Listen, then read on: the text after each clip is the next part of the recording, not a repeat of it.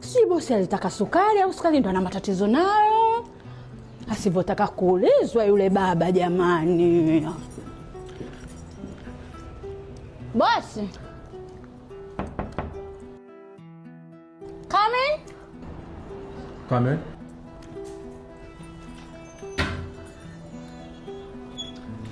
Samahani kama nitakuwa nimekucheleweshea.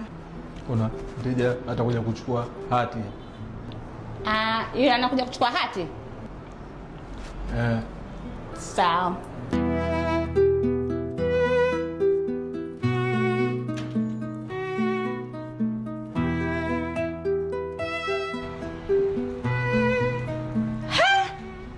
Zakia.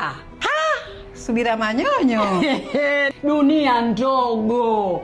Ndugu yangu, rafiki yangu, yani sikujua kama tunamaliza chuo tunakuja kukutana ofisini kama hivi. Ndio wewe unafuata hati yako? Na mimi nimefuata hati yangu. Basi bosi hapo katoka kuniambia kuna mgeni anakuja kuchukua hati yake. Nikasema Mungu wangu, nani tena? Ndio mimi kiwanja changu cha 3 hichi nanunua hapa. Unanunua viwanja vyako Oasis Real Estate? Oasis. Bwana hawana longolongo. Hawana longolongo, hati yangu naipata kwa wakati. Hapa nimefuata hati yangu nyingine ya kiwanja cha 3. Ndugu yangu, nimepambania kufanya kazi hii ofisi hujaniona. Yaani nimesota uko mtaani fanu. Lakini nashukuru Mungu bwana nimepata. Tena sasa uwezi amini ningekuwa nimeanza mapema, commission zako zote ningekuwa nazipata mimi. Na kudumia nani? Kuna dada anaitwa Zulfa. Zulfa, nitamwambia shoga mtu tumesoma wote. Kumbe kusapu chuo sio kusapu maisha ndugu yangu. Kwa hiyo bwana wachuo ndio wewe ukakuwa? Hapana, nimeolewa na mzungu sasa hivi. Wewe usiniambie wewe. Tume.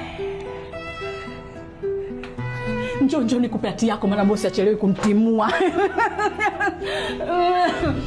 Si ndio niletea wateja shoga yangu ambao tunauza viwanja, unaweza kulipa kidogo kidogo, unaweza kuchukua kiwanja kwa mkopo. Yaani viwanja viko vya baharini, viwanja vipo vya miradi. Yaani Oasis ndugu yangu, wala usiache.